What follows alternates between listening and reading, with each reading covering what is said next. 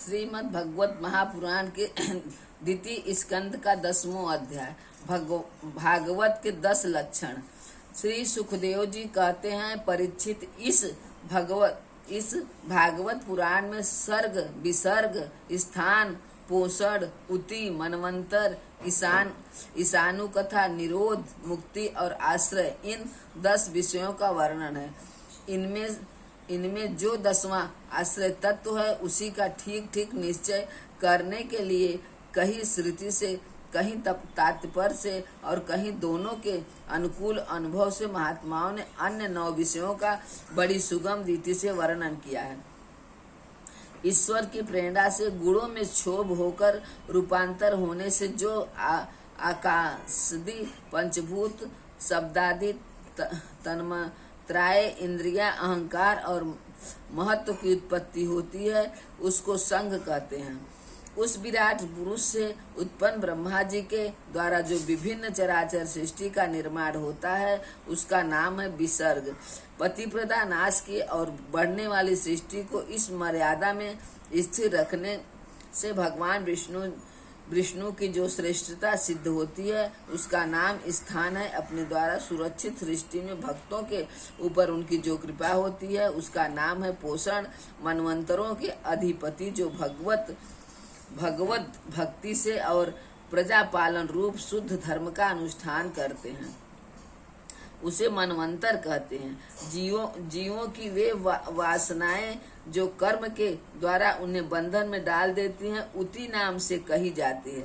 भगवान के विभिन्न अवतारों के और उनके प्रेमी भक्तों की विविध आख्यानों से युक्त कथाएं इस कथा है। जब भगवान योग निद्रा स्वीकार करके शयन करते हैं तब इस जीव का अपनी उपाधियों के साथ उनमें लीन हो जाना निरोध है। अज्ञान कल्पित कर्तृत्व, भोगुतुत्व आदि अनात्म भाव का परित्याग करके अपने वास्तविक स्वरूप परमात्मा में स्थित होना ही मुक्ति है। परीक्षित, इस चराचर जगत की उत्पत्ति और प्रलय जिस तत्व में प्रकाशित होते हैं वह परम ब्रह्मा ही आश्रय हैं। शास्त्र में उसी को परमात्मा कहा गया है। जो नेत्र आदि इंद्रियों का अभिमानी दृष्टा जीव है वही इंद्रियों के अधिष्ठातृ देवता सूर्य आदि के रूप में भी है। और जो नेत्र लोक को आदि से युक्त दृष्टि देह है वही उन दोनों को अलग अलग करता है। इन तीनों में यदि एक का भी अभाव हो जाए तो दूसरे दो की उपलब्धि नहीं हो सकती। अतः जो इन तीनों को जानता है वह परमात्मा ही सबका अधिष्ठान आश्रय तत्व है। उसका आश्रय वह स्वयं ही है, दूसरा कोई नहीं।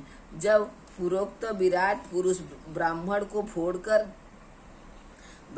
को फोड़कर निकला तब वो अपने रहने का स्थान ढूंढने लगा और स्थान की इच्छा से उस शुद्ध संकल्प पुरुष ने अत्यंत पवित्र जल की सृष्टि की। विराट पुरुष रूप नर से उत्पन्न होने के कारण ही जल का नाम नार पड़ा और उस अपने उत्पन्न किए हुए नार में वह पुरुष 1000 वर्षों तक रहा। इसी से उसका नाम नारायण हुआ। उन नारायण भगवान की कृपा से ही द्रव, कर्म, काल, स्वभाव और जीव आदि की सत्ता है। उनके उपेक्षा कर देने पर और किसी का आश्रित नहीं रहता। उन अद्वितीय भगवान नारायण ने योग निद्रा से जग कर अनेक होने की इच्छा की थी। तब अपनी माया से उन्होंने अखिल ब्रह्मांड के बीज स्वरूप अपने सुवर्णमय वीर्य को 3 भोगों में विभक्त कर दिया। अधिदेव, अध्यात्म और अधिभूत परीक्षित विराट पुरुष का एक ही वीर्य 3 भोगों में कैसे विभक्त सुनो। विराट पुरुष के हिलने डोलने पर उनके शरीर में रहने वाले आकाश से इंद्रिय बल, मनोबल और शरीर बल की उत्पत्ति हुई। उनसे इस सब का राजा प्राण उत्पन्न हुआ। जैसे सेवक अपने स्वामी राजा के पीछे पीछे चलते हैं वैसे ही सबके शरीर में प्राण के प्रबल रहने पर ही सारी इंद्रियां प्रबल रहती हैं और जब वह सुस्त पड़ जाती हैं तब सारी इंद्रियां भी सुस्त हो जाती हैं। जब प्राण जोर से आने जाने आने जाने लगा, तब विराट पुरुष को भूख प्यास का अनुभव हुआ।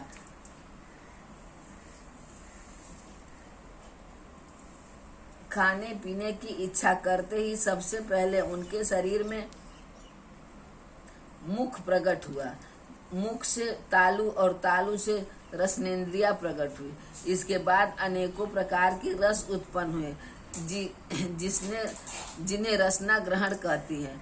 जब उनकी इच्छा बोलने की हुई तब वाक इंद्रिय, उनके अधिष्ठातु देवता अग्नि और उनका विषय बोलना, ये तीनों प्रकट हुए। इसके बाद बहुत दिनों तक उस जल में ही वे रुके रहे। श्वास के वेग से नासिका छिद्र प्रकट हो गए। जब उन्हें सूंघने की इच्छा हुई तब उनकी नाक घ्राणेन्द्रिया आकर बैठ गई और उसके देवता गंध को फैलाने वाले वायुदेव प्रकट हुए। पहले उनके शरीर में प्रकाश नहीं था, फिर जब अपने को तथा दूसरी वस्तुओं को देखने की इच्छा हुई तब नेत्रों के छिद्र, उनका अधिष्ठाता सूर्य और नेत्रेंद्रिय प्रकट हो गए। इसी से रूप का ग्रहण करने वाले जब वेद रूपी ऋषि विराट पुरुष को स्तुति के द्वारा जगाने लगे तब उन्हें सुनने की इच्छा हुई। उसी समय कान उनकी अधिष्ठातृ देवता दिशाएं और श्रोत्रिय इंद्रिय प्रकट हुई।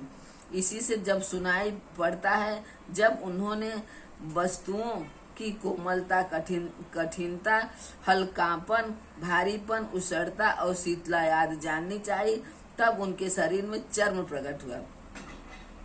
पृथ्वी में से जैसे वृक्ष निकल आते हैं उसी प्रकार उस चर्म में रोए पैदा हुए और उसके भीतर बाहर रहने वाला वायु भी प्रकट हो गया। स्पर्श ग्रहण करने वाले त्वचा इंद्रिय भी साथ ही साथ शरीर में चारों ओर लिपट गई और उसी से स्पर्श का अनुभव होने लगा। जब उन्हें अनेकों प्रकार के कर्म करने की इच्छा हुई तब उनके हाथ उग आए।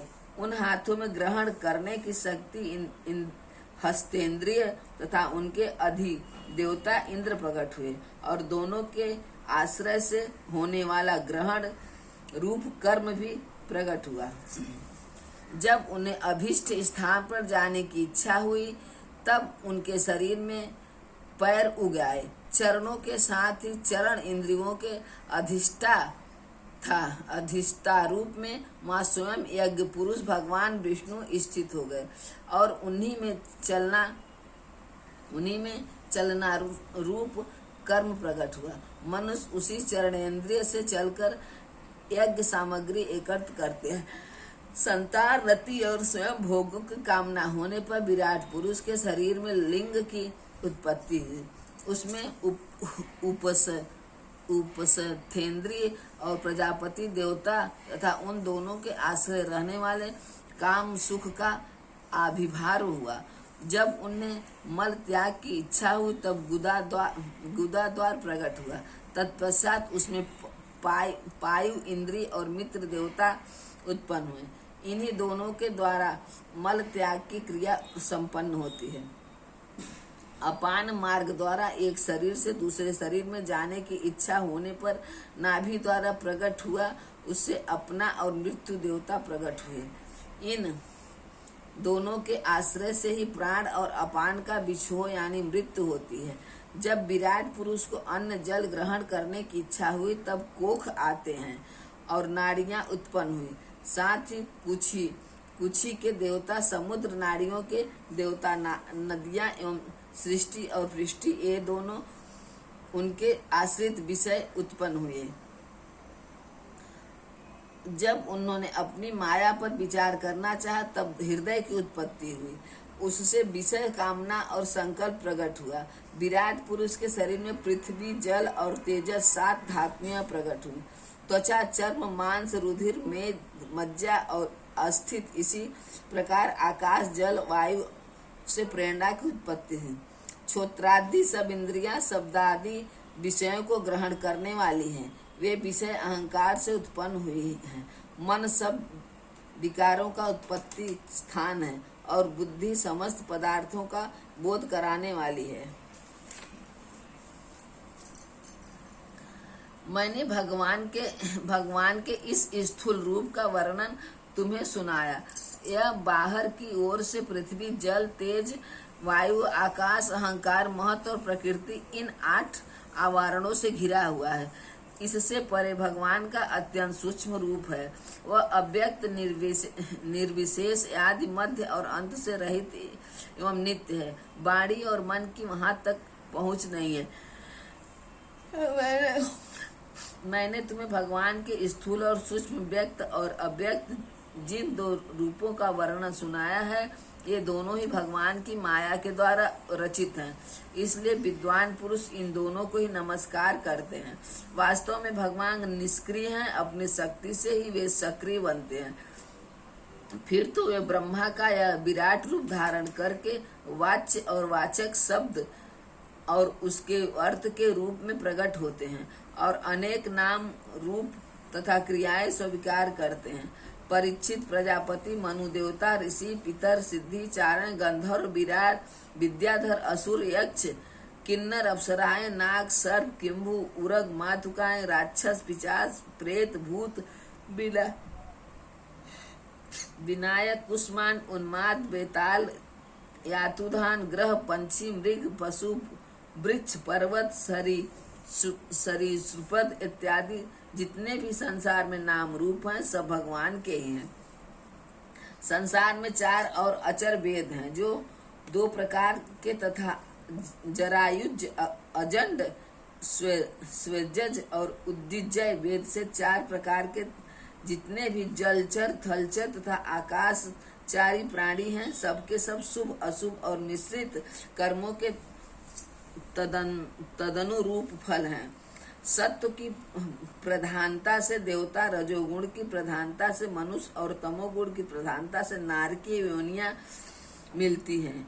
इन दोनों में भी जब एक गुण दूसरे गुणों से अभिभूत हो जाते हैं, तब प्रत्येक गति के 3 भेद हो जाते हैं। वे भगवान जगत के धारण पोषण के लिए धर्म मर्म विष्णु रूप स्वीकार करके देवता, मनुष्य और पशु, पक्षी आदि रूपों में अवतार लेते हैं तथा विश्व का पालन पोषण करते हैं। प्रलय का समय आने पर वे ही भगवान अपने बनाए हुए इस विश्व को कालिंगर रूप, रुद्र का रूप ग्रहण करके अपने में ही वैसे लीन कर लेते हैं जैसे वायु मेघमाला को। परीक्षित महात्माओं ने अचिंत्य भगवान का इसी प्रकार वर्णन किया, परंतु तत्वज्ञानी पुरुषों को केवल इस सृष्टि पालन और प्रलय करने वाले रूप में ही उनका दर्शन नहीं करना चाहिए, क्योंकि वे तो इससे परे भी हैं। सृष्टि की रचना याद कर्मों का निरूप करके पूर्ण परमात्मा से कर्म या कर्तापन का संबंध नहीं जोड़ा गया। वह तो माया से आरोपित होने के कारण कर्तृ तत्व का निषेध करने के लिए हैं। यह मैंने ब्रह्मा जी के महाकल्प का अवतार कल्पों के साथ वर्णन किया है। जब कल्पों में सृष्टि कर्म एक सा ही है, अनंतर है, तो केवल इतना ही क्यों, महाकल्प के प्रारंभ में प्रकृति से क्रमशः महत्वादि की उत्पत्ति होती है और कल्पों के प्रारंभ में प्रकृति सृष्टि तो ज्यों की त्यों रहती ही है। चराचर प्राणियों की वैयक्तिक सृष्टि नवीन रूप से होती है। परीक्षित, काल का परिणाम कल्प और उसके अंतर्गत मनवंतरों का वर्णन आगे चलकर करेंगे। अब तुम पादकल्प का वर्णन सावधान होकर सुनो। सौनक जी ने पूछा, सूत जी, अपने हम लोगों से कहा था कि भगवान के परम भक्त विदुर जी ने अपने अति दुर्जय कुटुंबियों को भी छोड़कर पृथ्वी के विभिन्न तीर्थों में विचरण किया था। उस यात्रा में मैत्री ऋषि के साथ अध्यात्म के संबंध में उनकी बातचीत कहाँ हुई तथा मैत्री जी ने उनके प्रश्न करने पर किस तत्व का उपदेश किया। सूत जी, आपका स्वभाव बड़ा सौम्य है, आप विदुर जी का वह चरित्र हमें सुनाइए। उन्होंने अपने भाई बंधुओं को क्यों छोड़ा और फिर उनके पास क्यों लौट आए? सूत जी ने कहा, शौनक जी, ऋषियों द्वारा परीक्षित ने भी यही बात पूछी थी। उनके प्रश्नों के उत्तर में श्री सुखदेव जी महाराज ने जो कुछ कहा था वही मैं आप लोग से कहता हूँ, सावधान होकर सुने।